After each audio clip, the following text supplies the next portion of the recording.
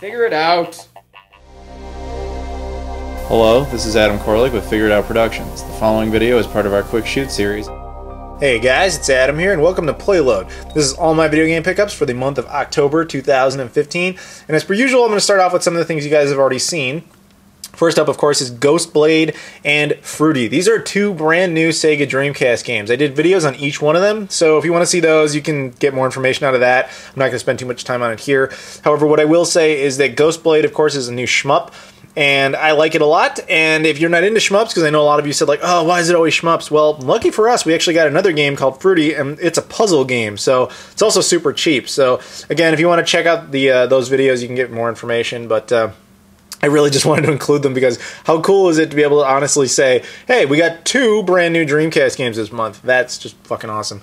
But moving on, also got these. This is just representative of the fact that I got a ton of Japanese exclusive video games this month. Of course, this one's Nude for the original Xbox, a Zito for the Xbox One, and Mario vs. Donkey Kong Sticker Star or something like that for the Wii U. This is a physical version. In North America, we only got a digital. In Europe, they got like a physical case but no disc. But yeah, anyway, these are just representing a video I did do. And if you want to see it, I got tons and tons and tons of Japanese exclusives for these three platforms. I also got, if that doesn't entice you enough, I also got an Apple Pippin. Yes, Apple's ill-fated game console, represented here by its controller. But yeah, that's it for things you guys have already seen. Let's move on to some new stuff. I got Bloodborne and God of War 3 Remastered. I actually posted about this on my Instagram, which I do from time to time whenever I find sales. I'll put a link in the description if you're curious about Instagram. But basically what happened was Best Buy had a sale on both of these. They knocked them both to $25, and then yeah, I believe it was 20% off with Gamers Club Unlocked, so I ended up getting each one of them for $20. So I was like, okay, that's awesome, because Bloodborne, of course, is a game that everybody's like, oh, you gotta get Bloodborne, you gotta get Bloodborne. I hadn't had it yet. And God of War 3, I never even picked up for the PS3, so I was like, oh, what the hell, why not? So definitely cool to finally get those. I also got Assassin's Creed Syndicate and Family Fun, or Hasbro Family Fun Pack for the PS4. I know it seems like a strange combination there, but I got those for free. Ubisoft sent them to me, which was really nice of them to do. They're basically just review copies. It's cool, though. I've had them for a few weeks now. I had them before most people did, which is really very nice. Honestly, I haven't really played Hasbro Family Fun Pack yet, though I have played Assassin's Creed Syndicate quite a bit. I've enjoyed it. However, I have no basis for comparison because I haven't really played any of the other Assassin's Creed stuff, but from what I've played of this, I've quite liked it. So I also got Lego Marvel Superheroes for the PS4. The reason I got this was a little convoluted. Earlier this month, I made a video where I told you guys I got my girlfriend an Xbox One, basically for free, the console plus a bunch of games, essentially for nothing. And one of the games I gave her, though, was Lego Marvel Superheroes for the Xbox One, because it was my copy. So I basically just wanted to replace it, and I got the PS4 version, which was super cheap because it was on GameFly. I just got it from them for a couple of bucks. But yeah, nothing really special other than just kind of replacing a game I gave her. Also, for the PS4, I got Back to the Future the game. As I'm sure a lot of you already know, this was Back to the Future month because, of course, as everybody has said already, in Back to the Future 2, they go to October 21st, 2015, and we caught up to the day. Yeah, I mean, I'm a huge Back to the Future fan. I'm like a super fan. So I was super excited about all of this. I was keeping track of all the merchandise and stuff that was coming out. It was really, really cool. So the fact that they actually re-released this game was pretty awesome. If you're not aware, this game came out in like 2010 or 2011 for the PC, the PS3, and the Wii. And I got the PS3 version, played the shit out of it. And I wasn't really expecting them to ever re-release it like this, but they did. They did a full-on re-release. And this is basically just a port from the PC version, so it is prettier, has nicer textures, etc. than the PS3 version did, which is all nice and good. But it also, one thing they did that was really very cool is when they made this game, they went to get a bunch of the original actors and see who was interested and who wasn't. They got some of them, and some turned them down. One of the most notable ones was Thomas F. Wilson, who played Biff in the original trilogy. They asked him to do this, and he wasn't interested. He gave them, you know, rights to use his likeness and all that, but he wasn't interested in voicing it. But somewhere along the line, he changed his mind because they got him to come in and play Biff for the re-release, the 30th Anniversary Edition, which was kind of amazing, actually. So this game is better than the original release in that sense, because it has Thomas F. Wilson playing Biff again. I also picked it up, of course, for the Xbox One. I told you, I'm a super fan, so I just, got it across the board. But moving beyond that, I got another Xbox One game, Scream Ride. This is an exclusive to the Xbox One. Well, it's also got an Xbox 360 version, actually. I tend to try and... The thing with the Xbox One, and I know this is a notable exception right here, I typically only get exclusives for the Xbox One, because my multi-plat console is, this generation anyway, is the PS4. So... yeah, but I do support as many of the Xbox One exclusives as I think are worth a damn. And this one is kind of cool. It's a very underrated game because a lot of people look at it and just expect it to be Roller Coaster Tycoon, but it's not. It's not supposed to be Roller Coaster Tycoon. Roller Coaster Tycoon, you're supposed to build functional roller coasters. This one, you're supposed to build dysfunctional ones that come off the tracks and like cause damage and shit. It's just a different game, and you have to go into it with that mindset. But yeah, I from what I played of it, I've enjoyed it. I picked up Mario Party 10 for the Wii U. I will be brutally honest, I don't really care much about the Mario Party games, like, at all. I never did. But Mario Party games always become valuable over time. And I'm big into the Wii U. I like that console a lot. And I think that Mario Party 10 probably will be a harder title to find eventually, just like all the Mario Party stuff is. Best Buy was selling this for only, I think it was... $35, plus you get 20% off with Gamers Club Unlocked and all that. So I decided, alright, fuck it, I'll go ahead and get it, because I'm probably not going to get a better deal on it, and I know eventually, if I stop kidding myself, I'm probably going to go for a full Wii U set, so really that was the only reason I got it, was so that it would be cheaper now. I also bought Yoshi's Woolly World for the Wii U. I'll be honest, I don't totally know why I got this right away, because this just came out here. Now this has been out in Europe for a few months, and I think that might be part of the reason, because when I was in Europe I saw it in stores all the time, so to me it didn't feel like a new title, even though it totally was. I don't know, it was just kind of an impulse buy. The game itself is fine. I mean, I like what I've played of it. I played the first few levels. It's a pretty decent platformer. And I gotta give them mad props for actually making amiibos that look like this. Even though I don't really care all that much about amiibos, I still think that was pretty neat. But moving on, I also got Back to the Future, the game for the 360. One thing that's really cool about this is that the 360 never had the release originally. When they put it out in like 2010 or 2011, they only put it on the PS3, PC, and Wii. So it's kind of cool that they actually retroactively put it on the 360, and in a sense it gets, if you're thinking PS3 versus Xbox 360, the 360 gets a little bit of the last laugh there, because their version will have Thomas F. Wilson in it. However, I would actually recommend it for, either the PS4 or the Xbox One. But yeah, so unfortunately there was no Wii U version of this, but it is what it is. Now moving on, I'm going to talk a little bit more about Back to the Future. This isn't necessarily video game related, so if you don't care about this at all, you can skip to the following time code and just skip to the next video game item. But with all the Back to the Future hype that had come up, they released this. Now people forget that in Back to the Future 2, which they, of course go to October 21st, 2015, one of the items in the movie is a newspaper that shows the events of October 22nd, 2015, which is what they're using as a plot device to see like what will happen if they, do or do not correct the timeline. So USA Today, which is the newspaper in the movie, is a real newspaper, in case you're not aware. It's a real publication. And for shits and giggles, I guess, they decided to release this as a real thing.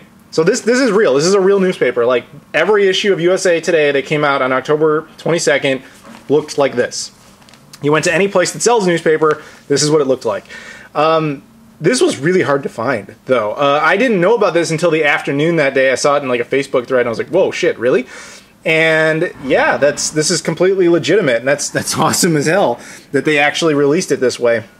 But it was really, really difficult. Like, I went to every place I could think of that would sell newspapers, and I also found out there were places that sell newspapers I was unaware of, like Starbucks apparently sells them. Everywhere I went, completely sold out. Like, they had all the other publications, but USA Today, just completely gone. Everybody had the same idea. Went to USA Today's website, they were sold out completely. Like, I was like, holy shit. As it turns out, in the long run, it's like the highest selling issue of a newspaper in a long time. So that's kind of cool, and good for them, I guess. But I was like, fuck, man, I really want to get this newspaper. What am I going to do? And I kind of ran out of ideas until I came up with this idea of going into a hotel.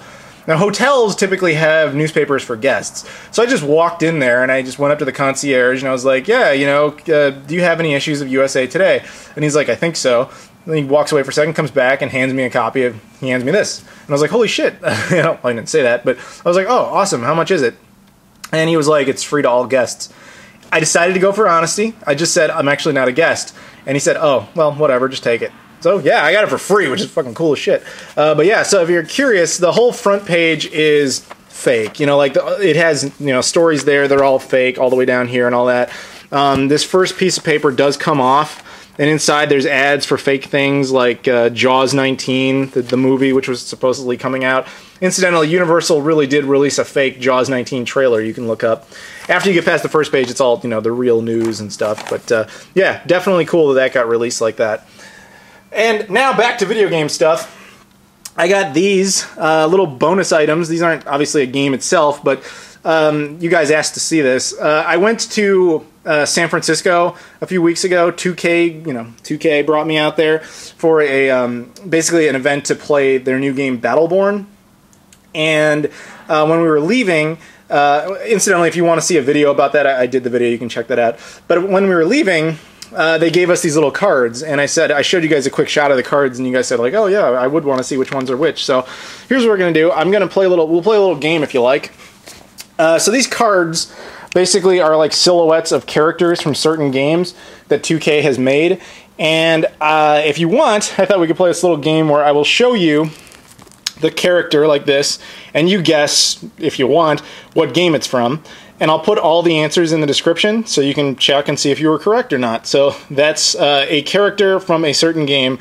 I think you should just be satisfied if you get the game correct. If you do, it also has extra cards inside there from different characters in the same game, so that's pretty cool. So anyway, there's the first one. And there's the second. There's the third. Interestingly, when they brought the cards out, I saw this one and I instantly said the name of it, and the guy was like blown away. He's like, no one never gets that one right. And here's the fourth. The fifth. And this one, I'm not joking, I actually think is the hardest. There's the sixth. Like, yes, it's obvious who that is, but what that has to do with games is hard to guess. There was a seventh one, however, I didn't get it. I'll just spoil that one for you. It was for the game Evolve. I only found one of them, and the guy I was hanging out with there was like a professional Evolve Twitch player, so I just gave it to him because I was like, it obviously makes more sense in his hands. But there you go, there's 6 of them. Again, I'll put the list in the description of what order they're in, so you can guess and see if you're correct or not. But moving on, I got a couple of packages here, both of which are from the UK. I know what this is because I ordered it. This one I don't know much about, but we'll talk about that in a minute. So I'm going to go ahead and open this up and show it to you. I'll try to do this on camera. So basically the deal with this is that you guys might remember possibly I think it was last month, I did a video on a couple of vinyl music records made by a company called Data Discs, which is the same company that made this. They were for Shenmue and for Streets of Rage.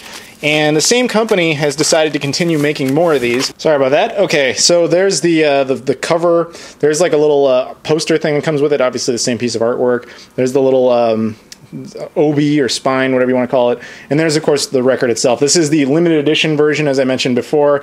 Very cool that they did this. They're continuing to do this. I know there's more planned for the series. I think the next one is based on Hang On, and I'm hoping to get that one as well. I realize the irony of this. I still don't own an actual like vinyl record music player, so I'm hoping I have to do that at some point. Otherwise, this is just going to get ridiculous. But yeah, very, very cool. One thing that's awesome about these particular records is that I know that the company that's making these, they're professional. Like, they know what they're doing when it comes to music and doing sound correctly. So yeah, what I'm told is that they're actually very, very good. So I look forward to eventually getting a record player so I can actually use them. Anyway, let's move on to this last package. So give me a second to kind of clean all this up. I don't know what this is. So here's all I know. Someone contacted my girlfriend and arranged to have this shipped to me, saying they wanted some stuff. They wanted to send me some stuff. All I know is that inside there's a note that I'm allowed to read. But to whoever sent this, thank you for that, though you obviously didn't have to do that. But yeah, let's just go ahead and open it because I really don't know anything else beyond that. Let me move this out of the way here. So I'm going to, as always, try to do this with one hand and probably fail. I've managed to rip it open, so let's do this. Open it up inside. All right, so here's the note. Let's just start with that, and we'll lay that out here. 1 second. Everything's so difficult to do with one hand. Hello Adam, greetings from the UK. I hope you enjoy these games. I know they are going to a good home. I have had to make some space in my collection as I have now started collecting for the PSP, going for a No Sports PAL set. They're becoming very cheap right now, so I'm jumping on it. I really enjoy your videos, man. Thank you for that. The game collecting bug is very real, and every time I watch a game hunting video of yours or a PlayLoad video, it gives me the urge to go out and go game hunting. Sorry about that, actually. I didn't mean to spread that. Anyway, I currently have a very small Mega Drive collection, aka Sega Genesis in North America, which I plan to expand eventually, and have a very large original Xbox collection, which I am still adding to on a regular basis. Now with me adding PSP and Game Boy/Game Boy Advance systems to my collection, I worry that my room will not hold all this gaming goodness, as I live with my family, and there's 5 of us. How do you manage the space for your game collection? I have a very tolerant girlfriend. And I always build shelves. Build up, man. Use the walls. Anyway, I have been after a Dreamcast for a little while, as I used to have one many years ago when it was newly released. But back then, I was very much on the PlayStation hype machine, and the future of the PS2 was massive to my 14-year-old self. So regrettably, I sold my Dreamcast for a PS2. A decision I didn't care about at the time, but one I sorely regret now, especially with Shenmue 3, when Shenmue 3 is coming, which I helped back. And I want to refresh my memory of the first 2 games, so I don't think I've ever finished Shenmue 2. Still, with this being the case, I am still hesitant about picking one up again, as they tend to be listed for around £100 on eBay in the UK, and I've heard most of the units have disk drive failure issues due to cheap components. Yeah, you kind of missed the boat there a little bit, actually. After Shenmue 3 was announced, Dreamcast went from bargain bin to super expensive. Yeah, and unfortunately the laser is the least reliable part of that console, but there's a long story behind that. Anyway, my friend, I hope this reaches you safe. Obviously it did. Thank you again. Thank you for the wonderful videos and introducing me to some amazing games and amazing systems. Thanks to Philippa for very friendly correspondence. Well, thank you for watching, and of course Philippa's my girlfriend, the evil Mrs. Claus, and I guess thanks Philippa for handling this. Enjoy the games. Cheers, Jason. Oh, okay, your name's Jason. Awesome. P.S. I've thrown a secret game in, which I didn't mention to Philippa. It's at the bottom of the box. Well, that was a very nice note. Thank you very much, Jason. So let's take a look at the games he sent here. Let's see. Open it up. Okay, so it looks like... Let's see here. Give me a second. First one is Xenon 2 Mega Blast for the Mega Drive. I will admit it, I've never heard of this, but it looks like a shmup or something. It's very cool. Thank you. We also have... What is this? Dragon Ball Z something. Oh, it's a Japanese Mega Drive game. Awesome. Let's take a look inside of these real quick, if I can. There you go. Ooh, it's got the manual too. Very cool. And this one. This is actually now my second Japanese Mega Drive game. I only had this other Puyo Puyo game. Very cool. Let's go in further here. We have another stack of. Let's see. Hard to tell. I might have to cut here if I can't get through this. Hang on. No, wait. I think I can do it. We have Twinkle Tail for the Mega Drive. I've never heard of this. Feels very light. This looks like a repro cart or something. This doesn't... Yeah, this isn't... Yeah, this is a repro cart. I have never heard of this. What the hell is this? Can someone tell me something about this game? The cartridge is extremely light. And obviously, based on that back, this is not an original release. But I know nothing about it. Or Jason, maybe you can message me and tell me what this is. I've never heard of this. Yeah, someone tell me something about this. I know nothing about this game. What's this one? And this one is... Oh, Tasmania. I played this. Tasmania was fun. I think I had a friend who had this when I was a kid. That's really cool. Well, thank you for that. That's the Mega Drive. Oh, no, this is the Genesis version. Oh, cool. That makes sense, actually. And he said there was something else in here. We got some paper. Oh, PS4 game. Motorcycle Club. Is this a Euro exclusive? I don't know anything about Motorcycle Club. That's cool, though. Check this out. Oh, wow, I just touched the bottom of the disc and it popped out. I didn't know. I'll clean that up. That's no big deal.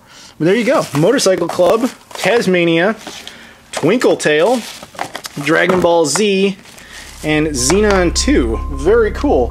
Thank you, Jason, for that. And, well, thank you guys for watching. Also, a big shout out to Ubisoft there for hooking me up with that stuff. But yeah, thank you guys for watching, and I'll see you all later.